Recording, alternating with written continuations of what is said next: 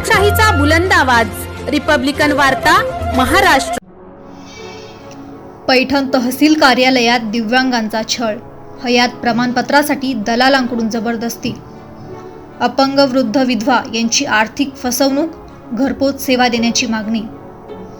छत्रपती संभाजीनगरमधील पैठण तहसील कार्यालय आणि नगर परिषदेकडून दिव्यांग बांधवांचा अक्षरशः छळ सुरू आहे। दिव्यांग पेन्शन, संजय गांधी निराधार योजना आणि श्रावण बाळ योजनेतील हयात प्रमाणपत्र हे मोफत असतानाही काही एजंट आणि दलाल यांच्या माध्यमातून 200 ते 300 रुपयांची मागणी केली जात आहे।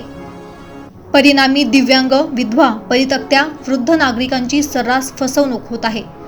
तहसील कार्यालयातून ठराविक एजंटकडे पाठवले जात असून सामान्य जनतेला जबरदस्तीने पैसे मोजावे लागत आहे। या त्रासातून अनेक लाभार्थी हताश झालेत। अपंग नागरिकांना लंगडत पांघरत तहसील कार्यालयात यावं लागतं। ही परिस्थिती वेदनादायक आहे।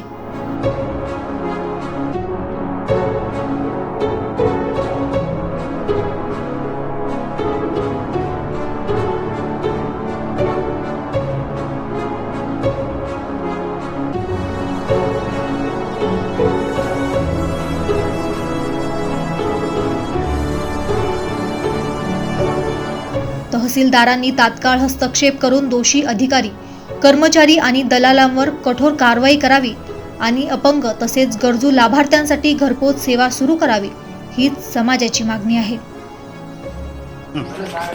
90% अपंग आहे। मला घरपोचल्या ऑनलाईन अपंगाचे हयाती प्रमाणपत्र दिले, घरपोच सेवा दिली।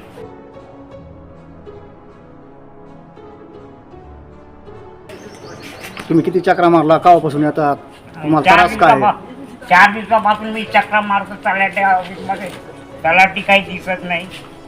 हो, शेवटी मी तहसीलमध्ये येऊन डायरेक्ट ऑनलाईन सर्टिफिकेट दिले। रिपब्लिकन वार्ता महाराष्ट्र न्यूजसाठी पैठणहून प्रतिनिधी सुनील अडसूल, छत्रपती संभाजीनगर।